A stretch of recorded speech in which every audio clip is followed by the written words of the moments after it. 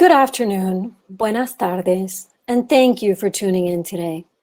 On behalf of Mitchell Kaplan, Miami Book Fair, and all of us at Books and Books, I welcome you to a virtual afternoon with Robert Harris to discuss his new novel of World War II, V2, published by our friends at Knopf.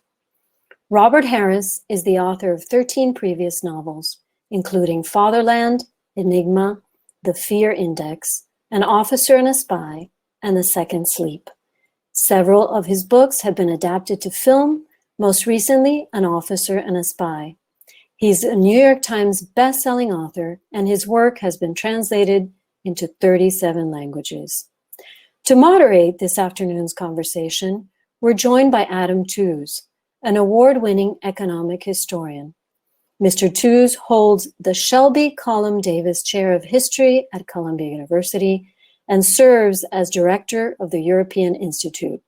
In 2019, Foreign Policy magazine named him one of the top global thinkers of the decade. He's the author of Crashed, a New York Times notable book and the winner of the Lionel Gelber Prize, along with The Deluge and The Wages of Destruction. His next book, Lockdown, The Economic History of the COVID Crisis, will hit shelves in 2021. I'll remind you that all of you watching today can order your copy of V2 from Books and Books below by pressing the green button at the bottom of the screen. Every purchase you make keeps Books and Books up and running. So we thank you and we remind you that indie bookstores need your help now more than ever. We'll have time for a Q&A with the audience following the talk. So please post your questions anytime during the broadcast in the Ask a Question button at the bottom of the screen, and we'll get to those right after the talk. And now, without further ado, I'd like to welcome our guests to the stage.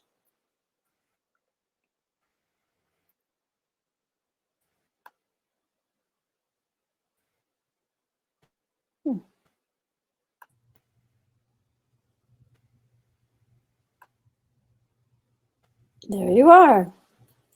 Welcome. Hi. Oh, it's a pleasure to be here with you, Robert. Hi, thank you. To remote parts of the world, and hosted by Books and Books, a fabulous bookstore. I came to this book blind. I didn't know quite what to expect. I was totally charmed, actually. I read the vast majority of it last night in a single sitting. I didn't want to put it down. But perhaps the best way to start would be to ask you to tell us a little bit about how you came to this subject matter. I mean, obviously you've written fascinating, brilliant, vastly entertaining and engaging books about the history of this period before. But how did you seize on this particular topic, the V2 rocket program, which this book is about?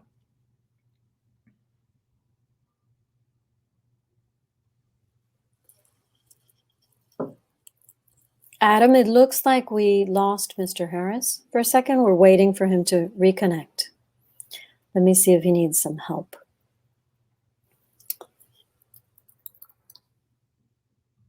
Adventures in virtual programming.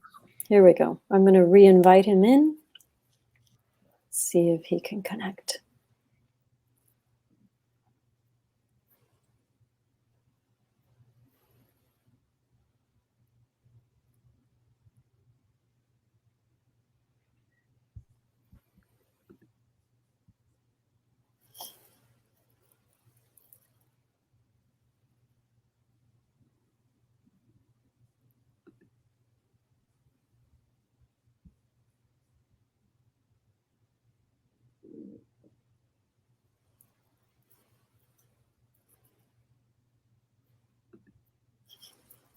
Sorry. I think it's just something having to do with the internet. Okay, so he's working on it. So meanwhile, how do you know Books and Books? Well, I think I've been. I've just realized you're in Miami, right? Yes. Yes. Whereabouts in Miami? In Coral Gables that's our flagship store. Right. But we have several now. We have one in Sunnyland. We have one in Coconut Grove. We have a store in Key West with Judy Bloom and her husband. But our like key signature store is in Coral Gables. So, and if you've been there, I think you'd remember, because it's anchored by a beautiful courtyard in the middle of the store where there's a cafe and a wine bar. So, yeah, quite lovely. Yeah.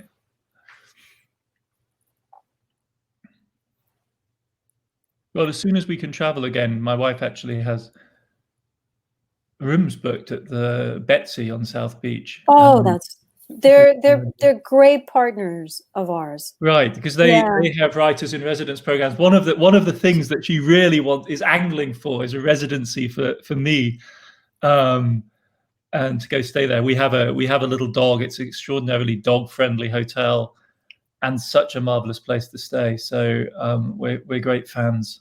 They're great people, the owners, and yes, they're wonderful. We've been working with them since they opened. We actually had books in all of the rooms. Oh yes, that's right. The tie-in, don't they? And we were there for the great art fair for Art Basel, I guess it was. Absolutely, yes. And, Art Basel, fantastic place to stay. It is. It is. Yeah. So we're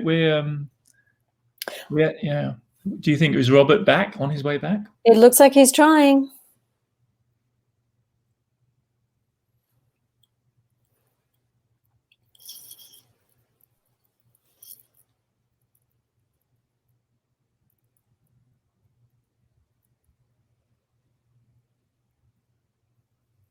If you'd like, I can do a little plug for the book whilst we're waiting. I think that would be wonderful. If you could just talk to us a little bit about the book, that would be great.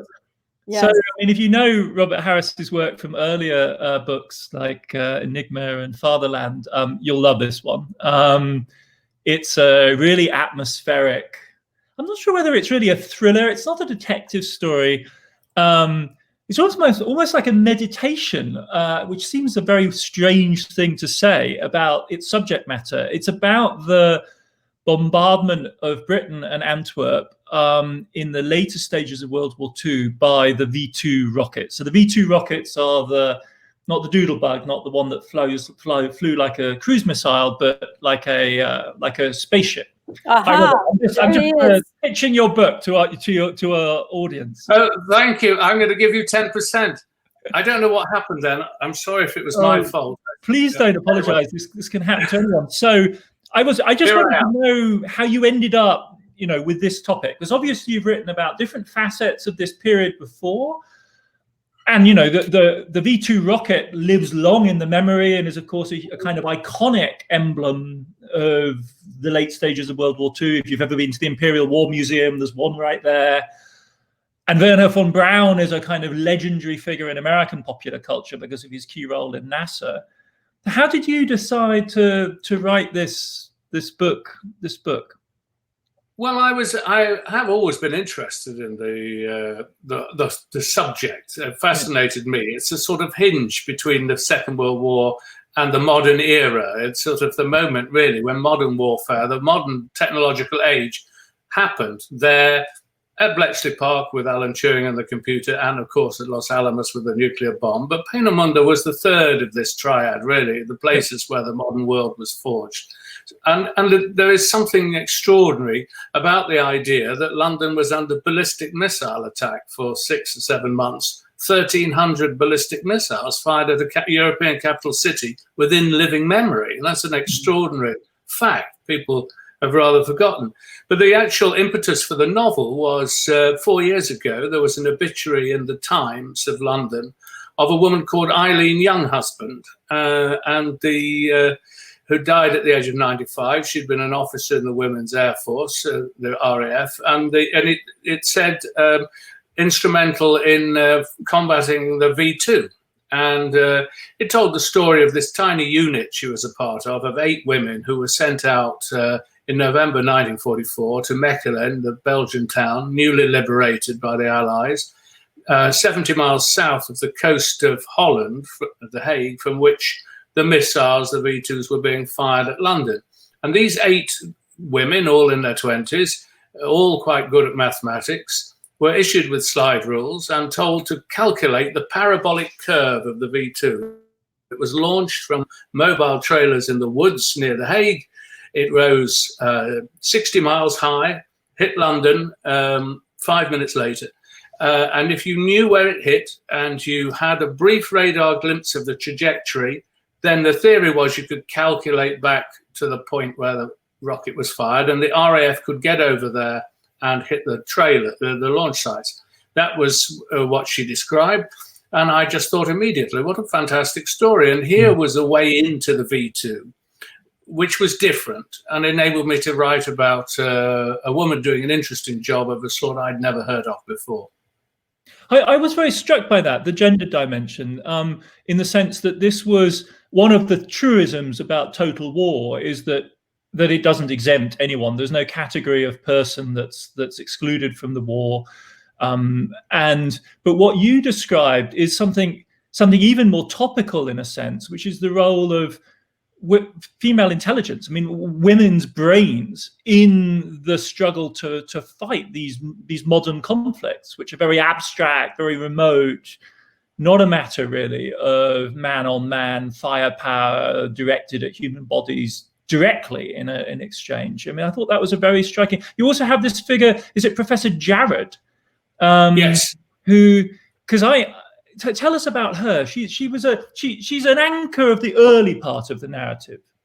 Yes. Well, I'm a sucker for these kind of types of people. She was a remarkable woman. She was an ambulance driver in the First World War. She was at Newnham College, Cambridge, which was an all-women college. She was an archaeologist of pre-classical period, right back to early man. She was the first woman professor at either Oxford or Cambridge. And in the Second World War, she was hired, she went to work in the RAF at this country house called Danesfield House, doing photo interpretation. Basically, they took millions of photographs during the war, and they had to be analysed. And it was mainly women that did the analysis. And the skills which were necessary to see an early settlement or from an aerial photograph were the same as were required for seeing the movements of the Wehrmacht through a wood or across a field. And she was brilliant at that. In fact, she was said to terrify Bomber Command, Arthur Harris, because she often said, "No, you didn't destroy that city. Actually, that's a myth." And she helped suggest the sort of female character I'd have in the novel, someone who'd been one of her students before the war, because Dorothy Garrett recruited a lot of her. In fact, I think she recruited almost all the girls who she taught to go to RAF Medmenham to spend the war looking at these photographs of German installations and troop movements, and in particular Peenemünde, which was where the rockets were being developed. So these young women had a bird's eye view of the development of the German rocket program. And you say that, and it's just a phrase, a bird's eye view, but in a sense, it's literally true, right? I mean, one of, to me, the most extraordinary moments, I don't want to give too much away, but Peenemünde was bombed. And to bomb a place in a modern scientific war, you have to find it on the map first, you have to identify it, you photograph it, you have to see it, in fact, from thousands of meters up, because it's the only safe place to photograph it from, because otherwise you'll be intercepted or shot down by anti-aircraft fire. And so these people participated in the war, directing lethal force, but in this extraordinarily abstract way, right? Poring over photographs with stereoscopic microscopes, essentially. Yes, they were. It must have been strange. I mean, I'd written a book about Enigma, the women code breakers at Bletchley Park, and indeed I met and knew Alan Turing's fiancée, who a female mathematician. And although a lot of women worked at Bletchley, there weren't very many code breakers. They mainly operated machinery or listening. at RAF Medmenham, as it was called, where the V2 photographs were analysed, the women did the heavy lifting. And I think it was a remarkable and strange and sometimes eerie job, because the skill was to look at photographs of the same patch of land for month after month after month until you saw something had moved. Why were there now tracks across that field? Well, was there something in the woods? You know, it was that level of detail, almost like a crossword puzzle. And of course, that's with Peenemünde, which was on the Baltic, was filmed accidentally by the RAF. I think they were trying to film Wilhelmshaven or one of the U-boat shipbuilding places. They turned on the camera and they got these strange images from about 5 or 6 miles up of what looked like amphitheaters, circular donut shapes. And they couldn't figure out what they were for a year or so. And then they started to get reports of a rocket base somewhere up there. And then they looked at them again. And then they realized that they could well be test stands. And that was the beginning of the unraveling of the secret of the V2. Churchill himself came to the base and looked at the photographs, and the War Cabinet met. And as soon as they were sure, it became the British #1 war priority, really, because they appreciated these things could strike London. And so they threw the whole of the frontline strength of Bomber Command at Peenemünde in a huge 600 bomber raid, 4,200 crew, going out across the North Atlantic on an August full moon night. It's an extraordinary story. To hit a complex Peenemünde, one has to imagine it. I mean, the way you describe it, it seemed like a sort of a kind of Club Med holiday resort / research campus / slave labor factory system, all in a beautiful, well, in the summer, beautiful Baltic setting, but then in the winter, presumably pretty bleak. Yes, it had a kind of James Bond secret island, we will conquer the world, secret base feel. They were all very influenced, the rocket engineers, the early pioneers, by the Fritz Lang film Frau im Mond, which had in it a rocket city. And they built a rocket city. And at its peak, there were about 20,000 people there. It had its own power station, airfield. It had a suburban commuter railway system. It had schools and theatres. And it was a huge target, and the RAF quite deliberately carried out the raid at 2 o'clock in the morning in the hope of killing as many of the scientists there as possible. In fact, they really didn't succeed in that. They only killed, I think they killed the number 2 or 3 highest ranking engineer, but most of them survived. They knocked out they were going to build the rockets there in a rocket factory. That was hit. And in the end, they had to shift production. But otherwise, the massive raid really didn't set the Germans back very much at all. And they were able to start mass manufacturing the V2. Yeah, in those moments reading it, I was on the one hand reminded of something like a Jules Verne, where you have, as it were, the bad guy has some sort of factory. On the other hand, of a sort of J.G. Ballard vision of, of an industrial suburb, an industrial estate. One of the questions we've had from the audience here is about Werner von Braun and how you approach that delicate subject matter. Because you don't put him center stage, do you? But he does lurk around the edges of your narrative. Yes, I mean, he's a fascinating figure, and I had to be careful, actually, that he didn't run away with the novel. I mean, the novel has 2 main protagonists. One is the woman I've described, who's called Kay from Photo Intelligence, who goes to Mechelen and tracks the V2s, and the other is a German engineer who is a childhood friend of von Braun, and worked with him from the beginning. And it's through his recollections that we see von Braun, who is, I suppose, to use the cliche, a Faustian figure, a scientist of great brilliance, who undoubtedly dreamed of himself being the first man on the moon and of building a space rocket, which he pursued from the age of about 16 or 17. And it happened to coincide with the advent of the Nazis. with unlimited budget for rearmament, and the Army and the Air Force were constrained with what they could do. But one thing that wasn't outlawed under the Versailles Treaty was the development of rockets, because they hadn't been envisaged. So suddenly this kid, really still in his 20s, had all the money he needed to develop rockets. So they went from fooling around on waste ground to building this enormous facility. He joined the Nazi Party in 1937. I think in a way that if you were trying to get ahead in the USSR, you joined the Communist Party. It was just the thing you had to do. He also took honorary rank in the SS. Again, hard for us to think, but I don't think that necessarily means he was a sort of, ideological Nazi. I think he had no ideology other than ambition for himself and for the space program. But it led him, of course, into these huge moral compromises. He's a dynamic figure, but a cold, chilly figure, a little like Albert Speer, perhaps, who was a friend of his, a technocrat, and of course, famously well summed up by Mort Sahl, the comedian, who, when a biopic of von Braun came out called I Aim for the Stars, Mort Sahl, that said, yes, but we hit London. And that sort of sums him up, really.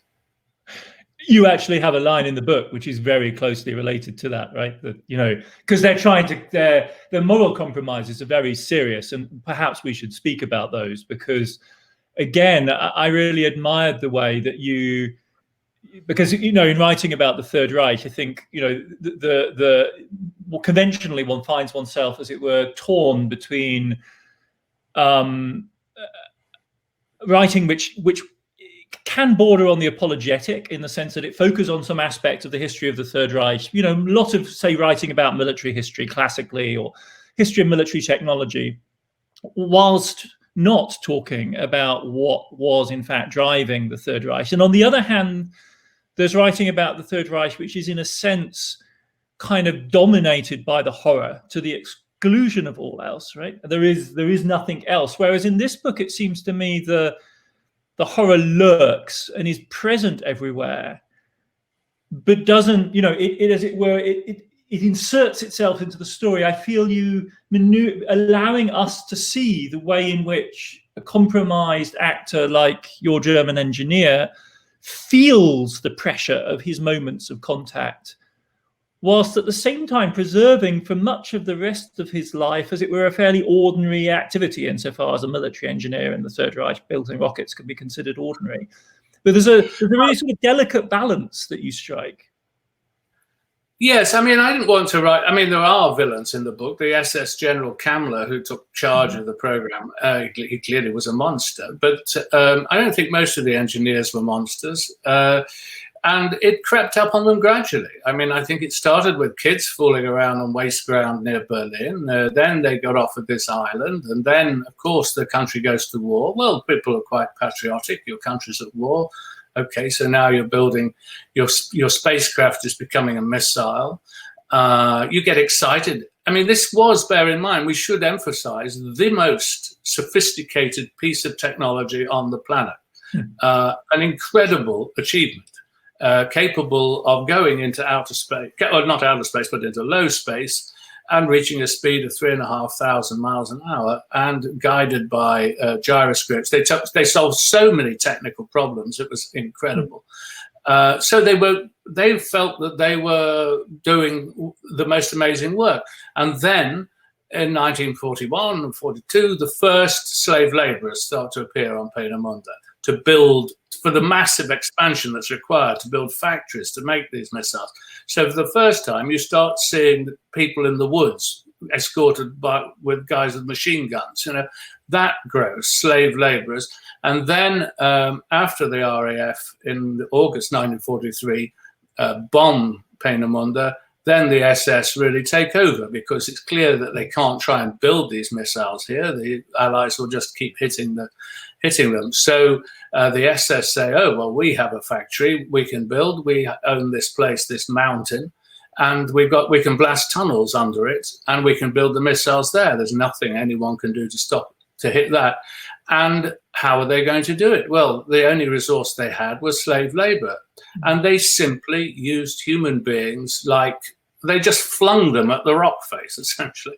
And they had to dynamite blast, hack the tunnels through. As they died, they were carted off and new ones came in. And it's reckoned that about 20,000 people, men, died building the factory chiefly. And there's simply no way that Wernher von Braun, as director of production, as head of the rocket program, cannot have been aware, if he's taking a prototype missile into mass manufacture in a factory, he must have been aware of the loss of life, because they would have consulted him on the production line that was needed. And that's the point at which they fall into a black moral pit. And some of them, I think, were certainly aware of that. And some of them were picked up, including von Braun, for defeatism. Because the other irony, which I try to bring out in the book, is that beautiful and astonishing though the V2 was, it was a lousy weapon, a pointless weapon, effectively. So, I didn't, who wants in 2020 to write a kind of old style wartime thriller? I wanted to do something which had shades of modernity about it, or that was different in a way. Yeah, I thought you succeeded, because I found myself pleasantly, it was extraordinary experience reading it, because I think it's a philosophical novel, really. Actually kind of a period philosophical novel. It feels, there are real moments of a sort of existentialist flavor to the whole thing. So it's not just, as it were, an account of modernity, but also the questions that throws up, unforgettable moments in many ways, because it's not just the V2 that doesn't deliver after all. It's also the British response, right? So both sides are dealing with hugely complicated technological systems, neither of which deliver their intended outcome. No, that's what's so appalling. I mean, when I read about the obituary of Eileen Younghusband, it specifically said in it that at the end of, they sat in the bank vault and they were given, the coordinates would be given to them to calculate the parabolic curve. By slide rule, they were told that if they could do that within 6 minutes, then there was enough time for the RAF to take off from Norfolk, or the planes may have been in the air, for them to be given the coordinates and for them to attack these mobile launch sites. The V2 was launched from a platform only 5 feet across. It was impossible to stop it once it was in the air, and it was pretty well impossible to stop it launching as well. So this was the aim. And in the obituary in the Times, it said in the first shift, they were told, these women, and I have no reason to doubt her, that they destroyed 2 launch sites. And in her memoirs that she wrote, she said that they knocked out all of the launch sites. When I started researching the book, it became rapidly clear to me that the British never hit a single launcher. So this effort was in vain. I don't know whether it was just something to try, something to show you were doing, something so you could tell the War Cabinet, well, look, we're doing this. But essentially, there was no way of stopping the V2. But the V2, Hitler commissioned it after Stalingrad, clearly thinking that this could be Providence had delivered him a tool that would enable him to pluck victory from defeat. And he crashed ahead with this program at enormous cost to the German economy, building V2s, but they only carried a 1-ton warhead. And a Lancaster bomber, a single Lancaster bomber, as you know, carried 6 tons of high explosive. So it was going to spread terror. It could only be used against a huge civilian target like London because, it was so inaccurate. So the whole thing is a terrible tragedy. And when I realized that, the book took on a completely different flavor for me. Then it became a novel really about the futility of war and being caught up in this machine, the V2 machine.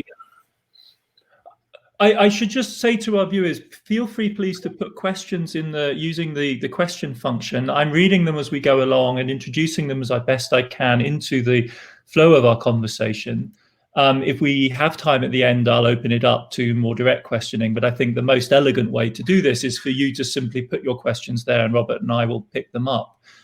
I took this to be a really very fascinating statement about how you see modern war, because if we put together the different elements, it's the story is, as it were, that 43, 44, 45 mark as you put it so nicely, the kind of bridge between the war of tanks, the Blitzkrieg war of the early stages, and the nuclear Cold War confrontations of the period after 45.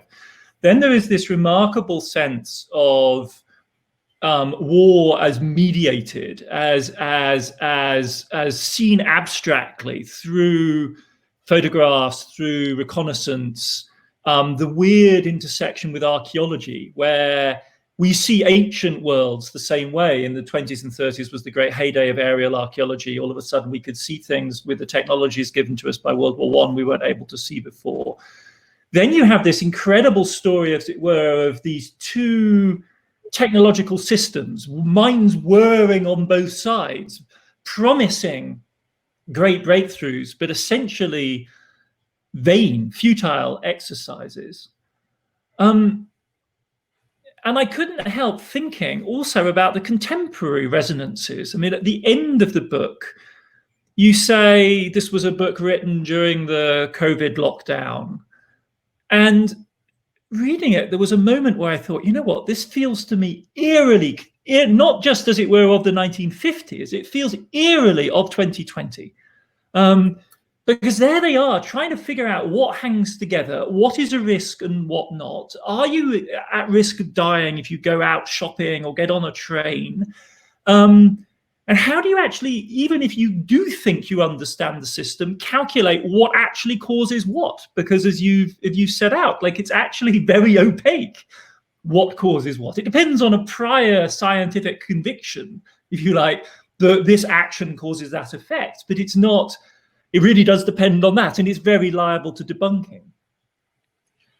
Yes, I mean, it was a strange experience to write the novel because I have an odd methodology, which is that I start a novel in January and aim to finish it at the end of June. And it comes out.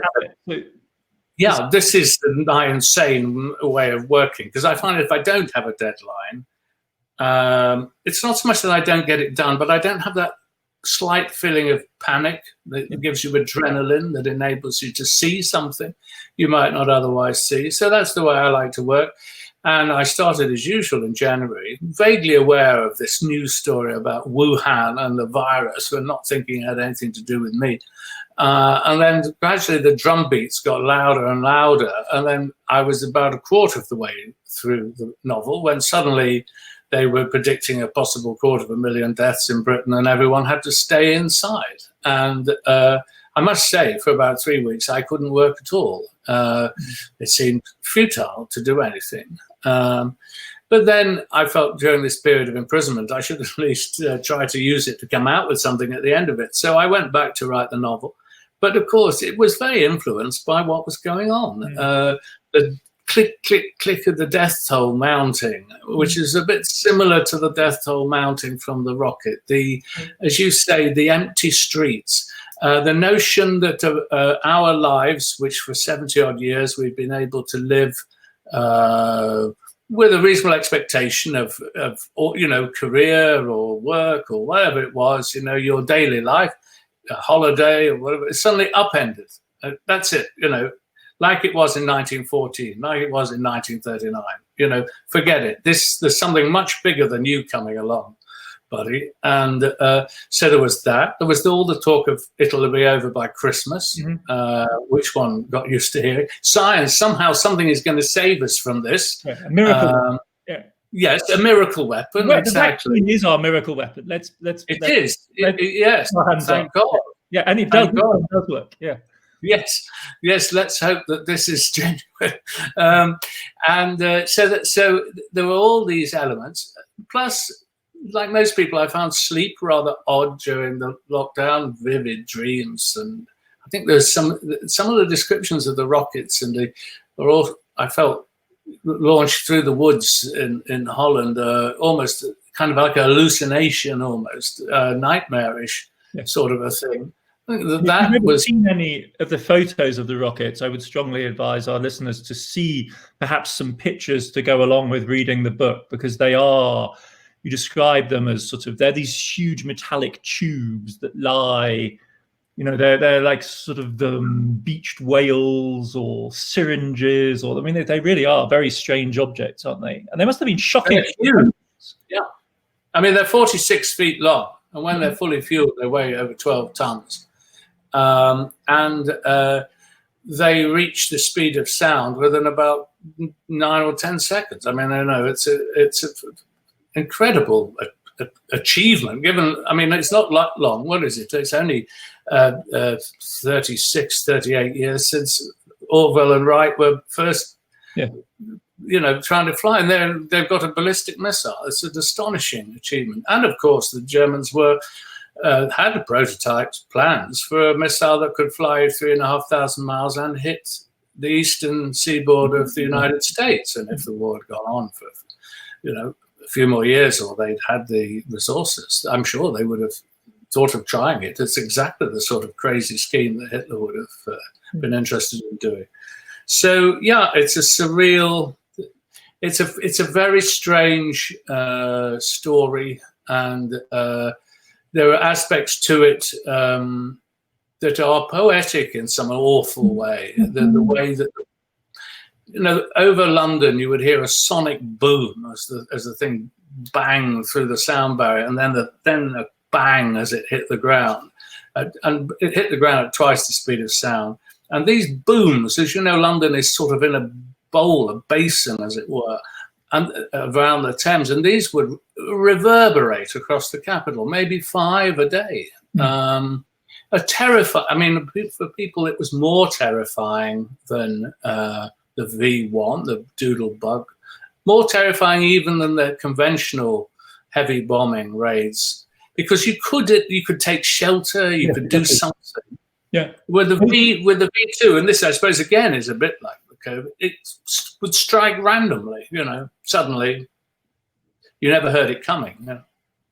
No, I thought that's always fascinated me. I think Thomas Pynchon is the first person to introduce me to this idea about the V2, is that there was no warning whatsoever. I mean, the Doodlebugs, one of my grandfathers had a near close shave with the Doodlebug. And the thing about those was they would drone in like a cruise missile, then the engine would cut out, and everyone knew that you had maybe 30 seconds or something to find shelter, because the thing would then glide down and explode. And as you were saying, like a big bomber stream makes this awesome rumbling sound. You can still hear it on newsreel that you could hear miles and miles and miles away. I mean, the things were detected in part by the sound footprint they made. And it would rumble on and on and on and on and on. A sustained bombing attack is a prolonged acoustic assault. But this, I mean, one of the questions we had from the audience was, how much do you rely on historical research? And I couldn't help wondering, particularly with your very vivid descriptions of being under bombardment, do we have accounts from people who survived near close shaves with V2s about what it felt like to you know, have a ballistic missile explode within a couple of 100 feet or whatever? Well, there are some survivors' accounts or eyewitness accounts. A lot of them collected together by that very admirable British social historian Norman Longmate, who operated at a time in the 60s, 70s when there were still people alive who could remember things quite clearly, and he collected together a lot of terrific eyewitness material in a book called Hitler's Rockets, and.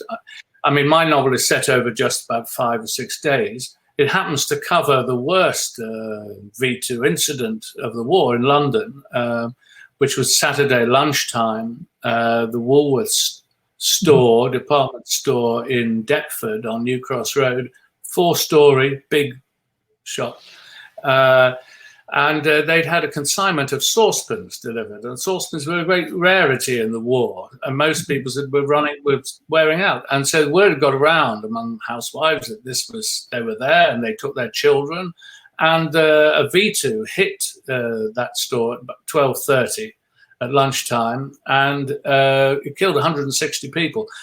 And one of the eerie things described by Longmate is that there was a bus outside, and after the dust and debris cleared, all the passengers were sitting dead in their seats. They'd been killed by the shockwave. Yeah. So there were eyewitness accounts, and a woman who was coming up the hill pushing a pram, heading towards Woolworths. She described how just before she got to the shop, there was a sudden, it's like all the air was sucked away. And this was a common description. Because of this rocket was coming in at 2,000 miles an hour, it pushed the air out of the way. So survivors spoke of this kind of momentary, almost quiet, and then you would hear nothing. And then there would be the sonic boom, the thunder of the explosion, and last of all, the sound of the rocket like an express train coming in. I mean, it was because those one way around, right? Because it's going faster than the speed of sound, so you don't hear the whoosh until afterwards. It's that comes. It's like thunder, you have the lightning and then you get the thunder a few seconds later. And I don't know, Adam, but it seems to me that the V2 is oddly uncovered it's a footnote to the war. The last of these fell on London in March 1945, only about 6 or 7 weeks before the war in Europe ended. Not only is it therefore rather lost in the British history, but in the German history. I read the new biography of this new 2-part big biography of Hitler. The V2 is given like 2 mentions, if that, 1 or 2. And yet this took up, I believe, as great a proportion of the German war economy as the development of the Manhattan Project, the development of the atomic bomb did in the American. Huge thousands of people involved in it, and yet nobody seems to talk about it much. It's odd, seems to me. Well, I think there's a real fear, isn't there, of taking seriously the irrelevant, taking seriously the absurd. And this is what I think your book brilliantly succeeds at doing, is saying, well, no, that kind of thing, this essentially vain pursuit of a weapon which right from the very outset, never made any sense, because all it was ever going to deliver was a ton of bombs at huge expense and vast technological risk, that actually should be as important as, I think you're absolutely right, in terms of, as it were, also the logic, as it were, holding the German war effort together. How were you to justify doing this? This is a question that runs throughout the book. Why are we still doing this? Why are we continuing with this project? Well, one answer is there's a miracle, and the miracle will come in the form of a technology which we, as a superior race, will be able to. So there's a real tension, I think, in recognizing the significance of what essentially is a sort of modern absurdity, or, as you show, something that really has significance, but only outside the immediate context in which it was actually realized. I mean, there's these extraordinary interrogation scenes where the fundamental question to the German rocket scientists is, really, you were trying to get to the moon, weren't you? You've harnessed the entire, you've harnessed the entire war effort. Yes. You can kind of imagine the SS man's head exploding. It's like, I didn't even understand. It's completely surreal. The project was under the command of the army, really, until after the British bombing raid, and then the SS took over more and more, and Hitler transferred it to the SS, and Himmler took over the whole thing. But the SS from the start thought there was something very fishy about this whole thing. As you say, it was a very luxurious place, Peenemünde. I mean, cinemas, high standard of accommodation, hotels and so on. There were people dying of cold on the Eastern Front. Thousands of German soldiers had been sent with inadequate equipment to fight. And here were these people living like this, developing this utterly, completely crazy weapon. So, of course, they thought that maybe this is sinister. And so I think that they set up, but certainly there was an evening where too much drink was taken. Von Braun and various others in my novel, one of them being my engineer, they just shoot their mouths off. I never wanted to make a murder weapon. One of them is quoted, this is true, and the Gestapo report said. Another said, well, anyway, the Russians will get here soon.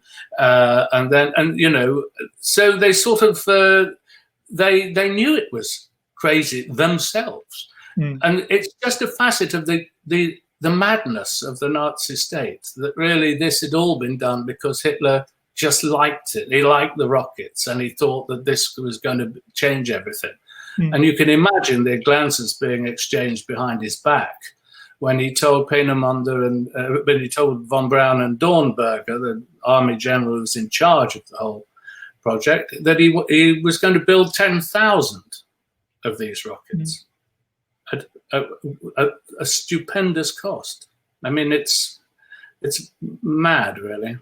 We have two questions from the audience, which are pushing us to talk about whether or not one might not rescue the rationality of this program or compare it to others. So one is, what if the weapon had been tipped with an atomic warhead?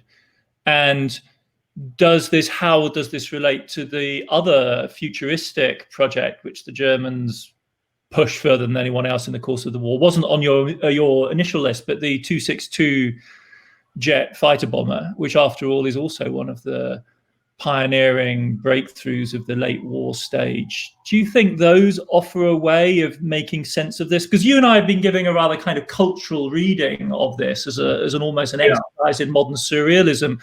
Are we perhaps not taking it seriously enough as a weapon system? I take that to be the gist of the question, which I think is fair. Yes.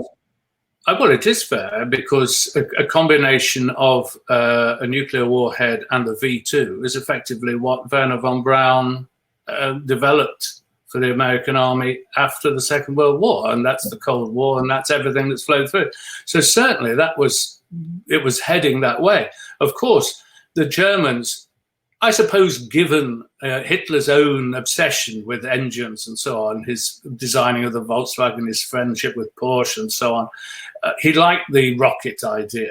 Whereas, of course, he dismissed theoretical physics, Einstein, as a Jewish sort of something that, you know, he didn't ever give it any priority, thank God.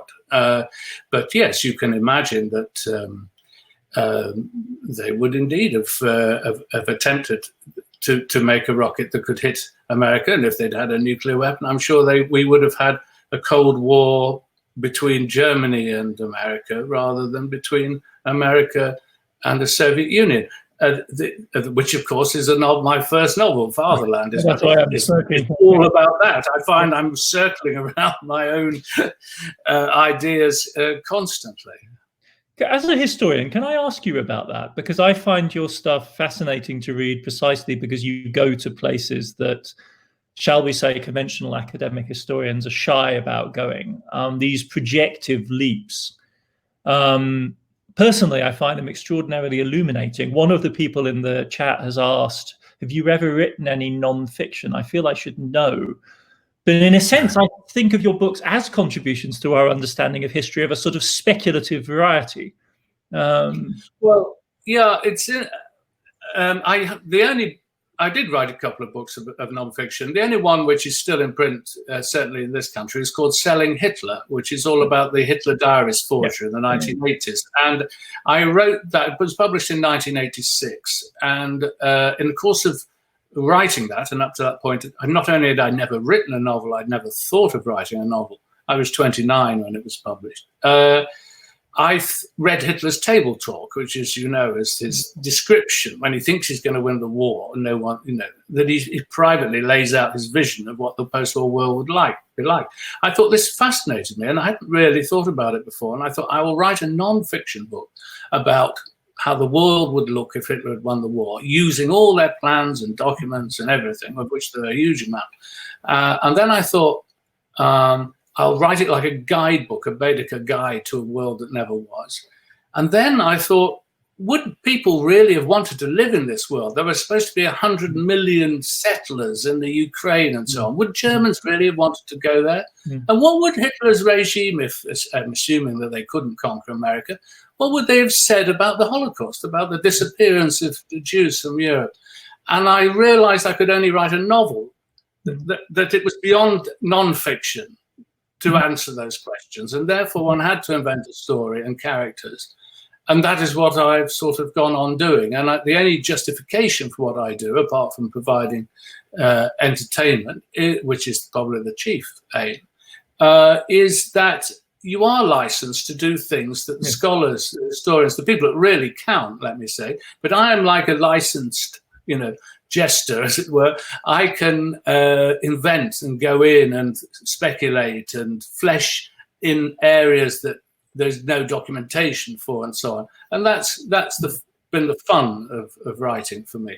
But I mean, I'll frankly admit that I think that Fatherland shaped my imagination in writing Wages of Destruction. There's no doubt at all that your willingness to sort of envision that alternative future, to flesh it out, to relate it to America, was hugely, for me at least, sort of just widen one's ability to anticipate, and to think through options. Because I think once we're in the business of interpreting motive, once we're in the business of interpreting the projects that we attribute to our actors, the line between, as it were, the academic historian and the writer of historical fiction is so blurred as to be, well, I think we should just be frank about how blurred it is and try and navigate it. I've always loved Sieberberg's great 1970s film about Hitler, which depicts Hitler as a sort of gigantic film director manqué. So Hitler, as it were, he's so inspired by Hollywood that he sets out to essentially make historical film, with the newsreel being the daily product of his directorial endeavors. Yes, and the V2 fits into that, doesn't it? Yeah. It's because Werner von Braun flew to his headquarters and showed him a film, and he sat in the front row, open mouthed. Yeah, it is a filmic thing, It's cinematic weapon. And at this point, living as we do in the world of screens, it's, I think, that sense that, as it were, the filmic representation of reality can, to a very large degree, substitute for the actual thing, whatever, however we actually philosophically set about locating what that is and identifying it, is more compelling than ever. We've had a question from the audience, great string of questions we're getting, about this providential element in Hitler's thinking. Obviously, you've edged around this in various ways. Do you see this in theological terms first and foremost? The question puts it in terms of the God question. I think that the best analysis of brief character analysis of Hitler is that one that I'm sure the Thomas Mann, My Brother Artist. Mm-hmm. He said, "It pains me to say this, but I recognize in him many of the traits of an artist. He's sort of lazy, he's sort of, he's completely egocentric, he's, and then there's these vast kind of schemes, and, it's a very interesting fact. And because of this belief in his own destiny, not like a conventional politician, actually, although he was obviously brilliant at using the tools of politics, but there was always this kind of impulsive, creative, artistic kind of madness. So he would lie at night when everyone else was asleep, gazing out at the mountains in Berchtesgaden, dreaming these impossible kind of Wagnerian dreams. And and I think very much the rocket. The test flight was successful in October 1942. Stalingrad is happening around then. By February, of course, it's a disaster. The von Paulus's army is gone, total war. And out of all of this suddenly emerges von Braun, handsome, looking like an Aryan Superman, brilliant gift of the gab, runs this film, silent film of the V2 test flight. For the first time, you see a rocket in all its glory taking off. And von Braun talks him through it. And that is, everything turns on that moment. I don't think there's any doubt. I mean, everyone, historians like to think of things as impersonal forces, economics, and so on. But how does one get away from the fact that this appealed to him, and no one could stop him when he said, "I want to build 10,000 of these"? I mean, it's and it's very emblematic of that extraordinary state and what happened when one person, a psychopath, whatever he was, gets to that role. No. Speaking of the personal nature of this, we have a question from Rachel here. Was asking, was this your first time writing from the perspective of a female protagonist on the British side of the narrative? It's the first time that I've really given equal weight to a female character. It's true, and it's always been a regret of mine. The reason being that most of my books have been to do with power and politics and history. And although women had a powerful backstage role, for instance, in the Roman Republic, they weren't the main actors. So this is one of the first occasions I've had when actually, she plays a decisive role in this book and is an operator in her own right, not the power behind the throne, but actually doing the serious work. And I enjoyed writing the character a lot. Of course, you take a risk when you step outside your own sphere, as it were. But I certainly enjoyed doing it, and I'd like to do it again. And a lot of my books are from the perspective of someone who's in the great event, but not necessarily able to make their voice heard. You know what I mean? And I'm naturally sympathetic to a female character in these situations. I'm tempted. I don't want to give the end away. There isn't a kind of great denouement, but I was struck by the ending. The choice facing the von Braun team or New Mexico or not, and you leave this lying open. That was not a surprise, but it wasn't actually the option that I as you come towards the end of a book like this, you're kind of wondering which way is he going to go, how's this going to end up, and that wasn't the ending I was anticipating. Well, I tell you what happened was I did a lot of research for the book, and one of the things that happened was that in September 1945, von Braun and 2 or 3 of the key engineers from Peenemünde, after the end of the war, so the war's over. Yes, after the end of the war is over, they were in Bavaria. They surrendered to the Americans. They always wanted to surrender to the Americans because they always wanted to do a deal. And von Braun had been plotting this deal for nearly a year. He got all the documents, everything. And so the Americans are interrogating him, but the British are the gallant allies, and they want to have a word with him. And so they say yes. I think by this time they'd done the deal with von Braun, so there's no harm. He was flown to London. He went to stay in Wimbledon. Then he was driven with these senior engineers. The drive from Wimbledon takes you through Wandsworth and along the Thames to the Air Ministry, where they were questioned. That takes you by some of the worst sites that the V2 had devastated. And it is true that von Braun said to the RAF driver taking them along, "Was this a V2? And the RAF driver said yes. And von Braun said, "Oh, pity, you've cleared up the site, and so I can't actually trace the impact properly." And I thought, I can't not have that scene. There's simply no way. And it brings the two halves of the story together in London at the end. So for me, that, as so often I find in writing novels, reality always trumps any fiction that you might try and think up. Thank you so much for this conversation. It's been wonderful to meet you finally, to talk about a bit of history that interests us both. Thank you to Books and Books for hosting us. I can't encourage you strongly enough to get the book, get it for Christmas, and get it from their website, because fabulous bookshops like theirs need all the support we can give them. We know how important they are to us, particularly in periods like this. So click the button, get the book. I promise it's a great holiday read. Thank you so much for this conversation, Robert. Thank you so much. Thank you, Adam. Thank you to both of you. I mean, this was fascinating. I could listen to you all afternoon. Truly. Fascinating conversation, really illuminating and insightful. So thank you. Thank you both for joining us.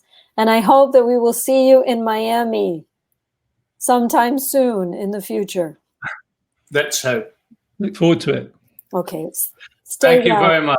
Be safe. Happy holidays. To you Thank as well. Thank you. Thank Thanks you. so much. Bye-bye.